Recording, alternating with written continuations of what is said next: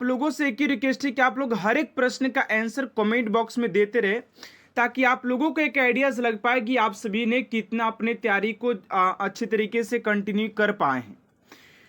चलिए पहले प्रश्न की ओर बात करते। पहला प्रश्न आप सभी का पूछा जा रहा है कि नेत्र पर प्रकाश की मात्रा का नियमन करती है। नेत्र पर प्रकाश की मात्रा का नियमन करती है। तो राइट आंसर हो जाएगा आप सभी का उपतारा। ऑप्शन नंबर बी आप सभी का राइट आंसर हो जाएगा। चलिए अगले प्रश्न की ओर बात करते हैं। आप सभी का सेकेंड नंबर प्रश्न यहां पर पूछा जा रहा है, क्योंकि बहुत ज्यादा दिक्कत जो होता है आप सभी के जीएस वाले प्रश्न में होता है, बिकॉज जीके के क्वेश्चन तो हर स्टूडेंट लगा देते, लेकिन जीएस वाले में स्कोर नहीं कर पाती। उसी के लिए आप सभी के लिए आज की क्लास काफी ज्यादा इंपॉर्टेंट होने वाला है। चलिए अगले प्रश्न की ओर बात करते हैं कि चमगादड़ निम्नलिखित में से किस वर्ग में रखा जाता है। चमगादड़ निम्नलिखित में से किस वर्ग में रखा जाता है। तो राइट आंसर हो जाएगा आप सभी का ऑप्शन नंबर सी, यानी कि स्तनधारी। ऑप्शन नंबर सी आप सभी का राइट आंसर हो जाएगा। चलिए अगले प्रश्न की ओर बात करते हैं। आप सभी का थर्ड नंबर प्रश्न है कि रिचर स्केल निम्नलिखित में से किसके मापन में प्रयुक्त होता है। रिचर स्केल निम्नलिखित में से किसके मापन में प्रयुक्त होता है। तो थर्ड का राइट आंसर हो जाएगा आप सभी का ऑप्शन नंबर सी, यानी कि भूकंप की तीव्रता। भूकंप की तीव्रता के लिए इसका प्रयोग किया जाता है। तो ऑप्शन नंबर सी आप सभी का राइट आंसर हो जाएगा। और आप सभी को कमेंट बॉक्स में बताना है कि वायु की गति को मापने के लिए किसका प्रयोग किया जाता है, शरीर के ताप को मापने के लिए किसका प्रयोग किया जाता है, और सागर की गहराई मापने के लिए किसका प्रयोग किया जाता है।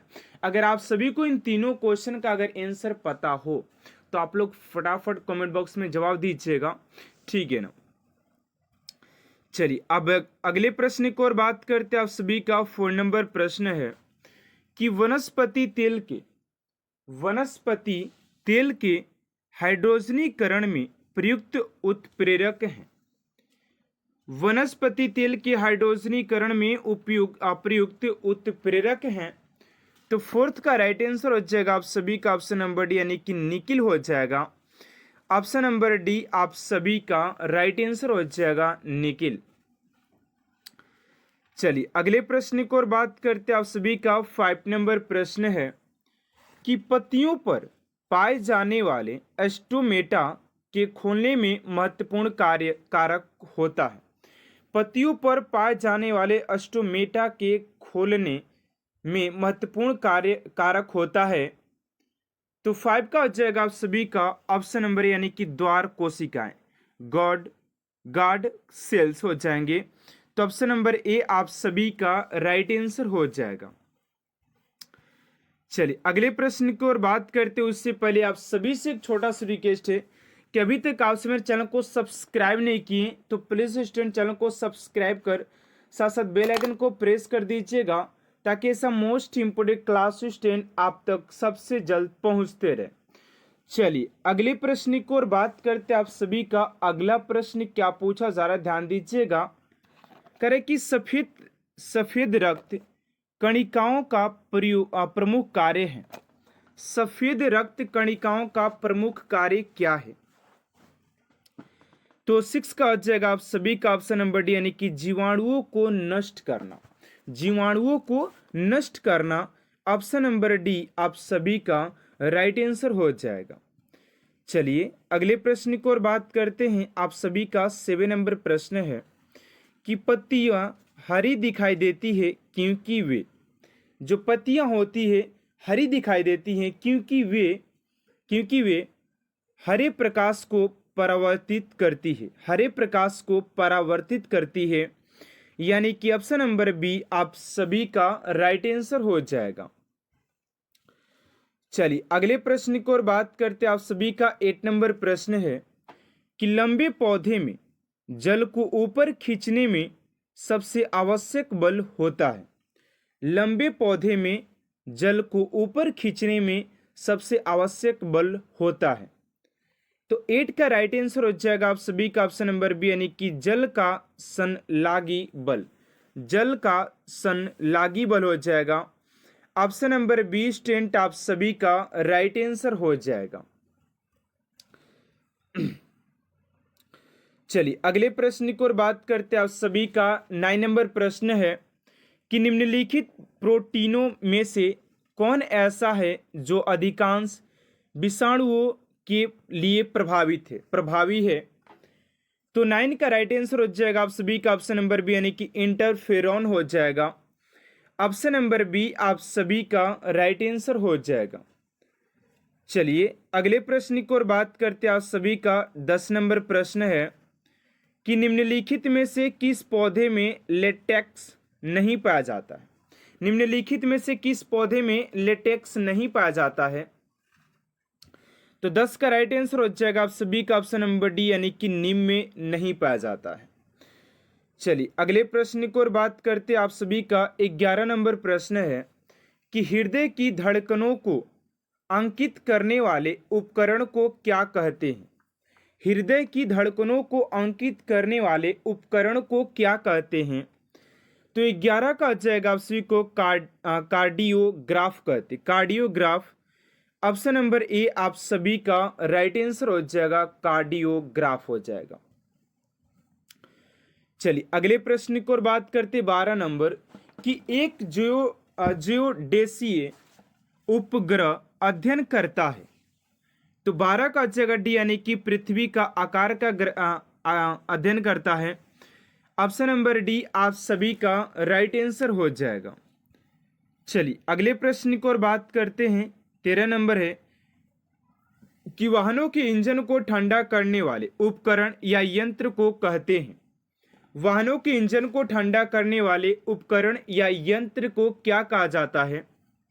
तो 13 का राइट आंसर हो जाएगा आप सभी का ऑप्शन नंबर बी, यानी कि रेडिएटर कहते हैं।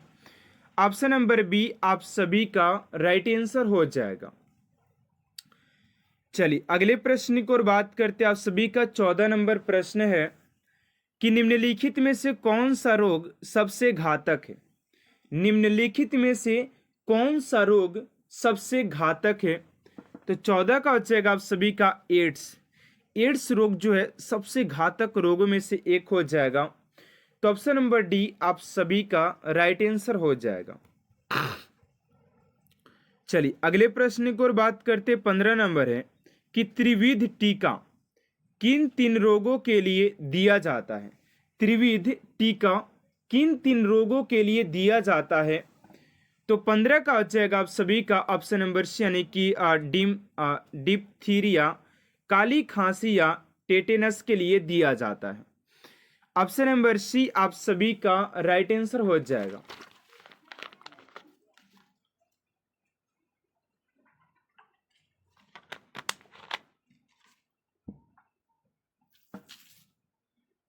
चलिए अगले प्रश्न की ओर बात करते 16 नंबर प्रश्न है कि निम्नलिखित में से कौन विद्युत का सुचालक है। तो विद्युत के सुचालक की बात करते हैं कि विद्युत का सुचालक कौन हो जाएगा। तो 16 का राइट आंसर हो जाएगा आप सभी का सी, यानी कि प्लाज्मा हो जाएगा। चलिए अगला प्रश्न कि पौधे के लिए अनिवार्य तत्वों की कमी किन किन को देकर दूर किया जा सकती है। तो 17 का हो जाएगा आप सभी का डी, यानी कि जस्ता, बोरोन और तांबा। चलिए अगले प्रश्न की ओर बात करते हैं 18 नंबर की जिप्सम के सबसे विशाल भंडार देश के निम्नलिखित में से किस राज्य में पाया जाता है। 18 का जगह बी, यानी कि राजस्थान। ऑप्शन नंबर बी आप सभी का राइट आंसर हो जाएगा। चलिए अगला प्रश्न कि पौधे में जल एक महत्वपूर्ण घटक है जो भाग लेता है प्रकाश संश्लेषण में। चलिए अगला प्रश्न कि ध्वनि तरंगों को विद्युत तरंगों में परिवर्तित करने वाले यंत्र को क्या कहते हैं। ध्वनि तरंगों को विद्युत तरंगों में परिवर्तित करने वाले यंत्रों को क्या कहते हैं। तो माइक्रोफोन हो जाएगा। ऑप्शन नंबर सी आप सभी का राइट आंसर हो जाएगा, माइक्रोफोन हो जाएगा। ठीक है ना। चलिए अगले प्रश्न की ओर बात करते हैं। आप सभी का अगला प्रश्न है 21 नंबर, ध्यान दीजिएगा। करें कि निम्नलिखित में से कौन सा प्रोटोनली एंजाइम है। 21 का हो जाएगा डी, यानी कि पोपेन हो जाएगा। चलिए अगले प्रश्न की ओर बात करते हैं 22 नंबर कि द्रव में आवेश का प्रवाह होता है। द्रव में आवेश का प्रवाह होता है तो हो जाएगा आप सभी का बी, यानी कि आयनों द्वारा। चलिए अगले प्रश्न की ओर बात करते हैं। आप सभी का 23 नंबर प्रश्न है कि डोलोमाइट का महत्वपूर्ण उपयोग किस उद्योग में होता है। डोलोमाइट का महत्वपूर्ण उपयोग किस उद्योग में होता है। तो 23 का आ जाएगा आप सभी का बी, यानी कि इस्पात तथा संबंधित उद्योग में किया जाता है। ऑप्शन नंबर बी आप सभी का राइट आंसर हो जाएगा। चलिए अगला प्रश्न आप सभी का 24 नंबर कि वह गैस कौन सी है जो अक्रिय होते हुए भी अस्थायी नहीं है। वह गैस कौन सी है जो अक्रिय होते हुए भी अस्थायी नहीं है। रेडान हो जाएगा। चलिए अगला प्रश्न की कोशिका में माइक्रोकोडिया पाया जाता है। तो हो जाएगा आप सभी का कोशिका द्रव में। अगला प्रश्न की पौधे में प्रोटीन का संश्लेषण मुख्य रूप से होता है तो विभयोतकी तथा संग्राहक ऊतकों में। अगला प्रश्न गेहूं के दाने में पाए जाने वाली प्रोटीन को कहते हैं। तो ये प्रोटीन होती है आपसी के ग्लूटेनिन लीन हो जाएगा। चलिए अगला प्रश्न की विभव प्रवणता पोटेंशियल ग्रेडियंट का मापक होता है तो ओम सेमी से होता है।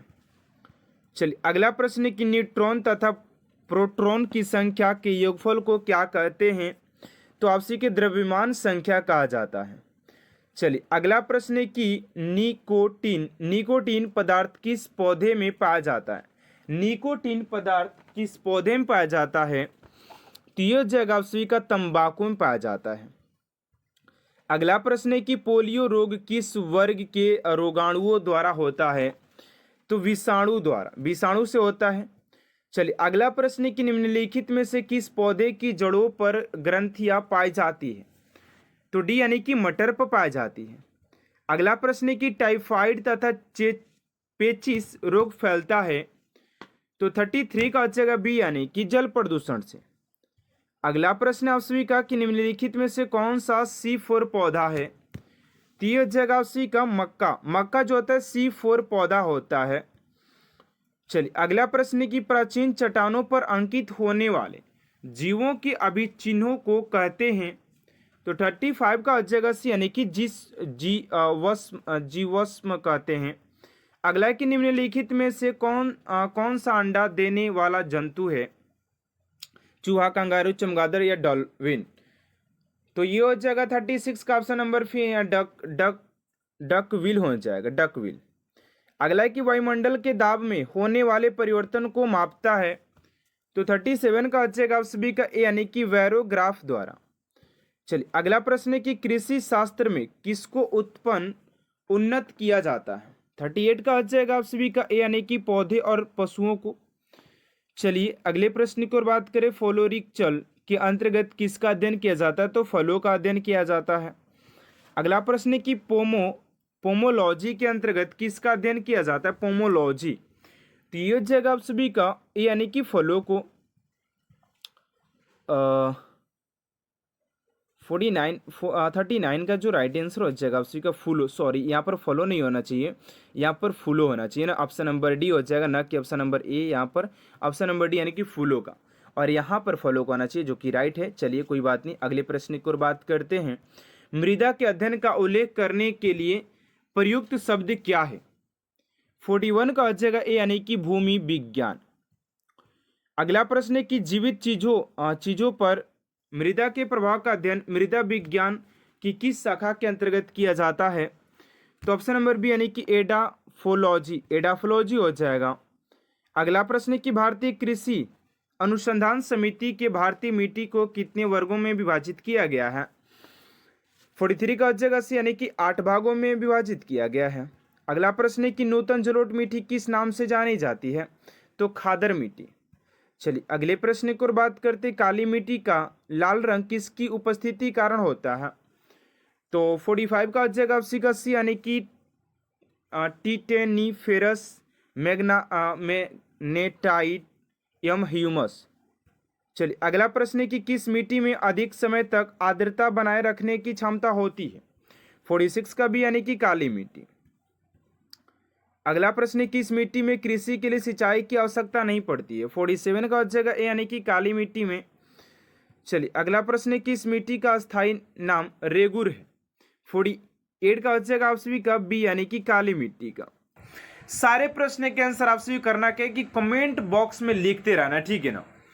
चलिए पहले प्रश्न की ओर बात करते हैं कि पहला प्रश्न आप सभी से क्या पूछा जा रहा है और आंसर देने के लिए आप सभी को 5 से 10 सेकेंड का समय दिया जाएगा। आप सभी को अच्छे तरीके से रीड करना है, उस क्वेश्चन का आंसर आप सभी को कमेंट बॉक्स में लिखते रहना, ठीक है ना। और लास्ट में जब आप सभी का स्कोर निकल जाए तो आप लोगों को कमेंट बॉक्स में लिख देना है कि सर इसका इतना स्कोर है, हमारा इतना स्कोर है, हमारा इतना स्कोर है, ठीक है ना। ठीक है, चलिए पहले प्रश्न की ओर बात करते, पूछा जा रहा है कि तराइन का प्रथम युद्ध 1191 में किसके मध्य लड़ा गया था? अब इस क्वेश्चन का आंसर आप सभी अब फटाफट कमेंट बॉक्स में डाल दीजिए कि इस क्वेश्चन का राइट आंसर क्या हो जाएगा।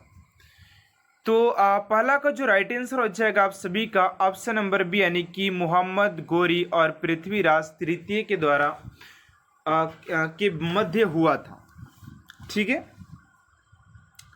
चलिए अगले प्रश्न की ओर बात करते हैं, आप सभी का दूसरा नंबर प्रश्न है और कोई चीट नहीं करेगा कि यार मुझे बता देने के बाद आप सभी को आंसर कमेंट बॉक्स में डालना, नहीं। आप लोग खुद के साथ ये से गलती नहीं कर सकते, आप लोग खुद की तैयारी कर रहे हैं यहाँ पर और किसी को नहीं देने वाले, तो आप लोग रियल एकदम कमेंट बॉक्स में लिखिए, सच्चाई के साथ लिखिए, ठीक है ना, वो चाहे गलत हो या सही हो, ठीक है।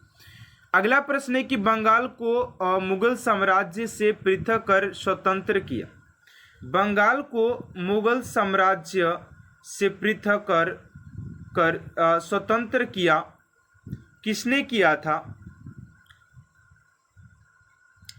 तो राइट आंसर हो जाएगा आप सभी का मुर्शिद कुली खा हो जाएगा। ऑप्शन नंबर ए स्टूडेंट आप सभी का राइट आंसर हो जाएगा। चलिए अगले प्रश्न की ओर बात करते हो, फटाफट आप लोग कमेंट बॉक्स में आंसर डालते रहते, एकदम फूट जाना चाहिए कमेंट बॉक्स, आप सभी के आंसर से लगना चाहिए कि अरे यार कमेंट बॉक्स कितना करने वाले लोग हैं, ठीक है ना। चलिए तीसरे नंबर प्रश्न की ओर बात करते, ध्यान दीजिएगा क्या पूछा जा रहा है कि अंग्रेजों ने फूट डालो और शासन करो की नीति कब अपनाई थी? अंग्रेजों ने फूट डालो और शासन करो की नीति कब अपनाई थी? तो तीसरा का राइट आंसर हो जाएगा आप सभी का ऑप्शन नंबर सी यानी कि 1858 ईस्वी में के बाद किया था, तो ऑप्शन नंबर सी आप सभी का राइट आंसर हो जाएगा क्वेश्चन नंबर 3 का, ठीक है ना। चलिए अगले प्रश्न की ओर बात करते हैं, आप सभी का 4 नंबर प्रश्न है। आप सभी देखिए, मान के चलते हैं कि क्वेश्चन नंबर 4 का ऑप्शन नंबर बी हुआ, या ऑप्शन नंबर आप सभी का क्या हुआ कि ऑप्शन नंबर सी हुआ, या ऑप्शन नंबर डी हुआ, या ऑप्शन नंबर ए हुआ।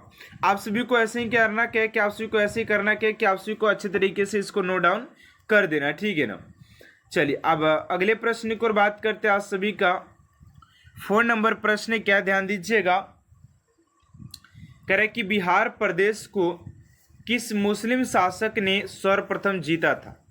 बिहार को किस मुस्लिम शासक ने सर्वप्रथम जीता था?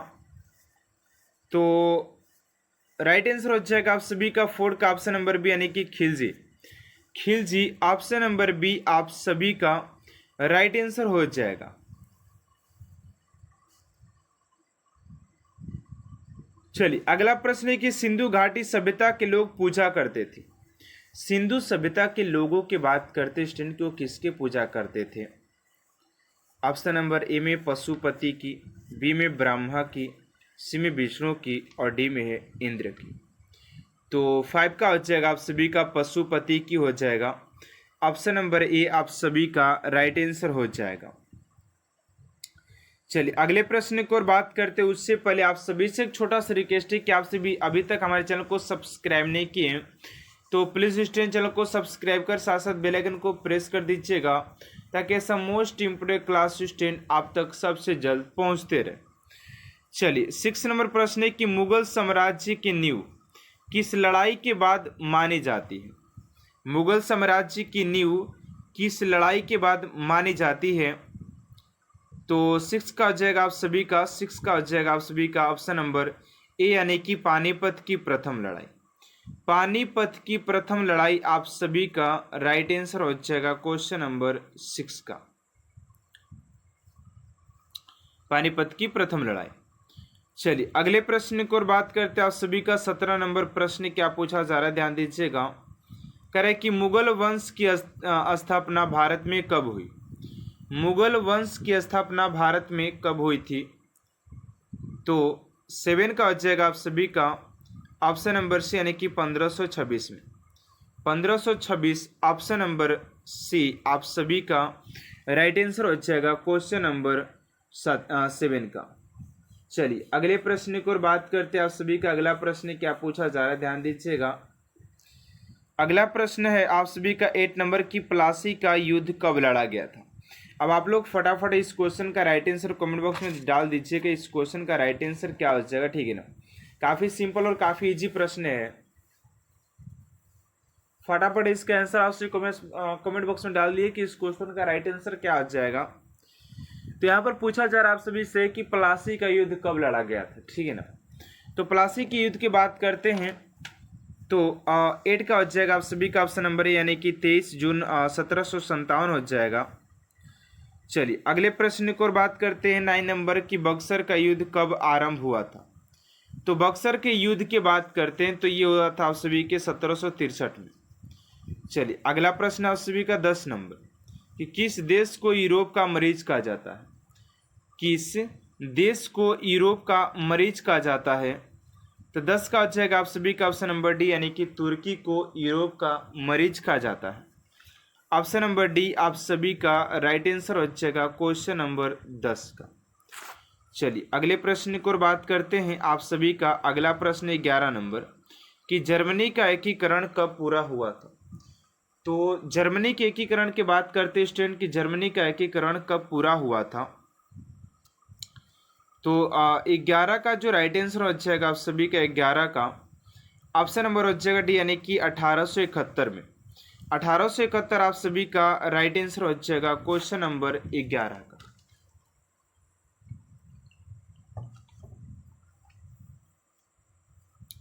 चलिए अगला प्रश्न 12 नंबर की जलियांवाला बाग हत्याकांड के लिए कौन सा जर्नल उत्तरदायी था। जलियांवाला बाग हत्याकांड के लिए कौन सा जर्नल उत्तरदायी था। तो 12 का हो जाएगा आप सभी का ऑप्शन नंबर सी यानी कि जनरल डायर हो जाएगा। जनरल डायर हो जाएगा। ऑप्शन नंबर सी आप सभी का राइट आंसर हो जाएगा क्वेश्चन नंबर 12 का। चलिए अगले प्रश्न को बात कर लेते हैं आप सभी का। अगला प्रश्न क्या 14 नंबर कि प्रथम मयूर युद्ध किसके बीच लड़ा गया था। प्रथम मयूर युद्ध किसके द्वारा लड़ा गया था। तो 13 का आ जाएगा आप सभी का ऑप्शन नंबर बी यानी कि ब्रिटिश और हैदर अली। ब्रिटिश और हैदर अली आप सभी का राइट आंसर हो जाएगा क्वेश्चन नंबर 13 का ऑप्शन नंबर बी। चलिए अगले प्रश्न की ओर बात करते हैं आप सभी का। 14 नंबर प्रश्न की सती प्रथा पर प्रतिबंध किसने लगाया था। सती प्रथा पर प्रतिबंध किसने लगाया था। ये भी प्रश्न आप सभी के लिए काफ़ी इंपॉर्टेंट है और काफ़ी इजी है, तो आप सभी फटाफट कमेंट बॉक्स में आंसर डालिए, ठीक है ना। चलिए अगले प्रश्न की ओर बात करते हैं आप सभी का। 15 नंबर प्रश्न क्या पूछा जा रहा है, ध्यान दीजिएगा। 15 नंबर प्रश्न करा कि जलियांवाला बाग की दुर्घटना किस सन में हुई थी। तो जलियांवाला बाग की दुर्घटना की बात करते हैं तो ये हो जाएगा आप सभी का 1919 में। Option number B. अगला है कि चोरी चोरा कांड किससे संबंधित है। तो 16 का हो जाएगा आप सभी का ऑप्शन नंबर ए यानी कि असहयोग आंदोलन। असहयोग आंदोलन ऑप्शन नंबर ए, असहयोग आंदोलन।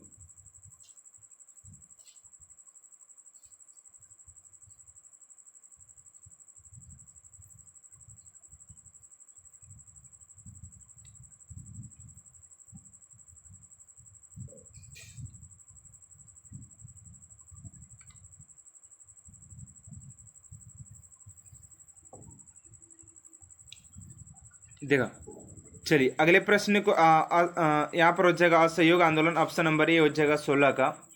चलिए अगले प्रश्न की ओर बात करते हैं। आप सभी का 17 नंबर प्रश्न क्या पूछा जा रहा है, ध्यान दीजिएगा। कह रहे कि भारत में खोजा गया सबसे पहला और पुराना शहर कौन सा है। तो भारत में खोजे गए सबसे पुराना शहर की बात करते तो आप सभी का 17 का हो जाएगा, आप सभी का बी यानी कि हड़प्पा हो जाएगा, option number B. Option number B आप सभी का राइट आंसर हो जाएगा। चलिए अगले प्रश्न की ओर बात करते हैं। 18 नंबर प्रश्न यहाँ पर पूछा जा रहा है कि किस वेद में प्राचीन वैदिक युग की संस्कृति के बारे में सूचना दी गई है। तो 18 का हो जाएगा आप सभी का ऑप्शन नंबर ए यानी कि ऋग्वेद हो जाएगा, ऋग्वेद। चलिए अगला प्रश्न आप सभी का कि हड़प्पावासी किस वस्तु के उत्पादन में सर्वप्रथम थे। तो 19 का हो जाएगा आप सभी का ऑप्शन नंबर ए यानी कि कपास की खेती में, ऑप्शन नंबर ए आप सभी का राइट आंसर हो जाएगा कपास। चलिए अगला प्रश्न आप सभी का कि सोने के सर्वाधिक सिक्के किस काल में जारी किए गए थे। तो गुप्त काल में। कौन से काल में। तो गुप्त काल में बहुत सारे सिक्के क्या किए गए थे, जारी किए गए थे। तो ऑप्शन नंबर ए हो जाएगा।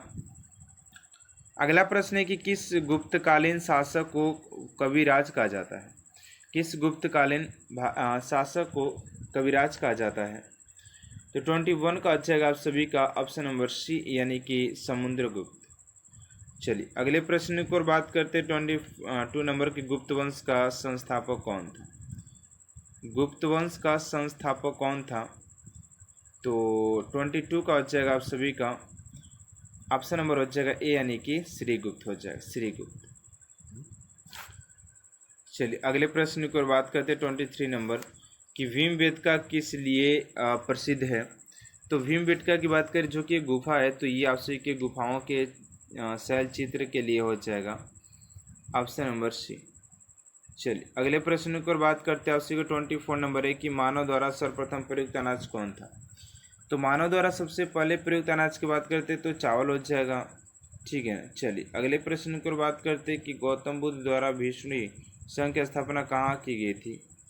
तो 25 का हो जाएगा सभी का ऑप्शन नंबर बी यानी कि कपिल वस्तु में, कपिल वस्तु ऑप्शन नंबर बी।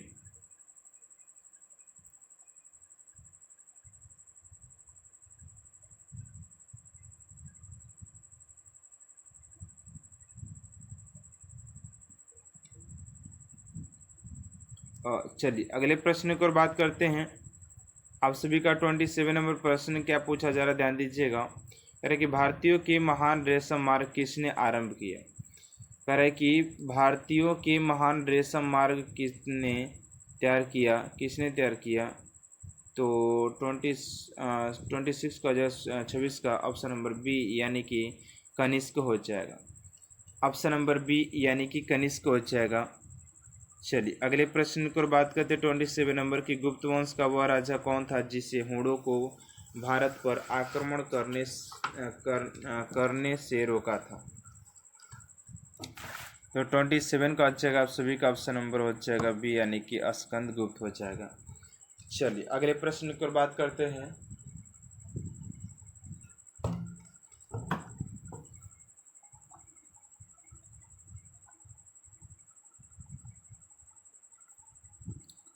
तो 28 नंबर प्रश्न है कि दिलवाड़ा मंदिर कहाँ पर स्थित है। तो मंदिर की बात करते हैं तो आबू पर्वत हो जाएगा। चलिए अगला प्रश्न है कि उस शासक का नाम क्या है जिससे विजय स्तंभ का निर्माण करवाया गया था।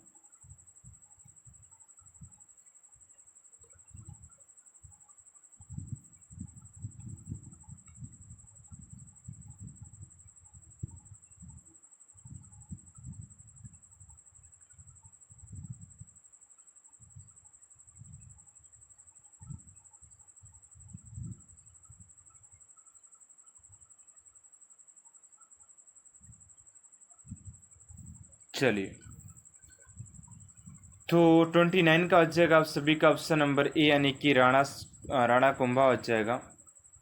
अगला प्रश्न है कि एलोरा गुफाओं का निर्माण करवाया था। तो एलोरा गुफाओं की बात करते हैं तो ये उसी के राष्ट्रकूटों ने करवाया था। अगला प्रश्न, भारत मुस्लिम राज का संस्थापक माना जाता है।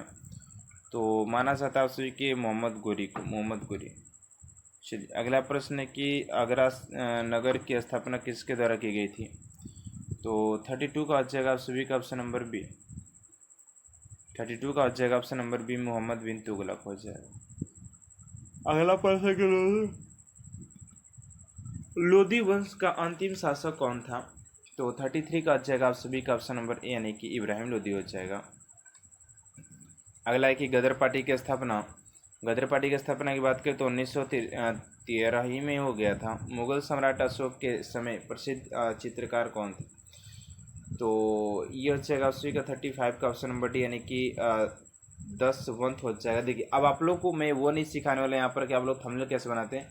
नॉर्मली मैंने आप सभी को अच्छे तरीके से दिखा दिया, आप लोग जाकर के वहाँ पर बार बार देख सकते हैं, हमारे चैनल पर भी आकर के आप सभी देख सकते हैं। ठीक है, यहाँ पर देखिएगा थोड़ा सा 36 नंबर प्रश्न क्या पूछा जरा देखिएगा एकदम। कह रहा है कि साइमन कमीशन का भारत आगमन किस वर्ष हुआ? तो ये हो जाएगा आप सभी का सी यानी कि 1928 में। भारतीय कम्युनिस्ट पार्टी का अंतिम अस्तित्व किस रूप में आया?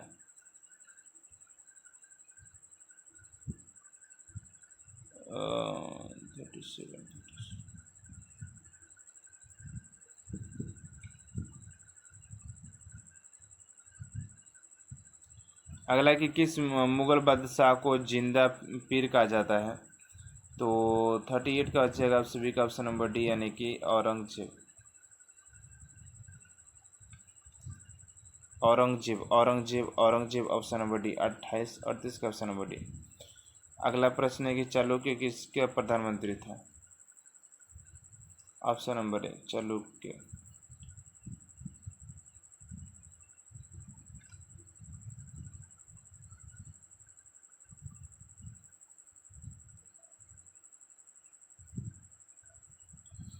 तो 40 का हो जाएगा आप सभी का ऑप्शन नंबर बी यानी कि मौर्य सम्राट अशोक हो जाएगा। चंद्रगुप्त मौर्य के शासन विस्तार में कितने मुख्य रूप से मदद की थी?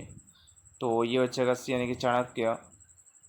निम्नलिखित में से कौन एक मौर्य वंश का शासक नहीं है? तो मौर्य वंश के शासक की बात करते हैं तो 42 का हो जाएगा आप सभी का ए यानी कि अजातशत्रु। चलिए अगला है कि सिंधु घाटी सभ्यता के घर किसने बनाए थे? तो ईंटों से बनाए थे। ठीक है, ईंटों हो जाएगा, ऑप्शन नंबर ए हो जाएगा। अगला चलिए फार हो गया कि हड़प्पा सभ्यता की खोज 1921 ईस्वी में दयाराम साहनी और अकलदास बनर्जी वो जो थे मोहनजोदड़ो। प्लासी की लड़ाई में अंग्रेज की सेना का नेतृत्व किसने किया था? तो 45 का आंसर क्या दिया गया है? 45 ऑप्शन नंबर यानी कि रॉबर्ट क्लाइव ने। बक्सर के युद्ध में अंग्रेजी सेना का नेतृत्व करने वाला था। तो 46 का जगह सभी का सी यानी कि एक्टर मुनरो को। अगला कि टीपू सुल्तान की राजधानी क्या करते हो?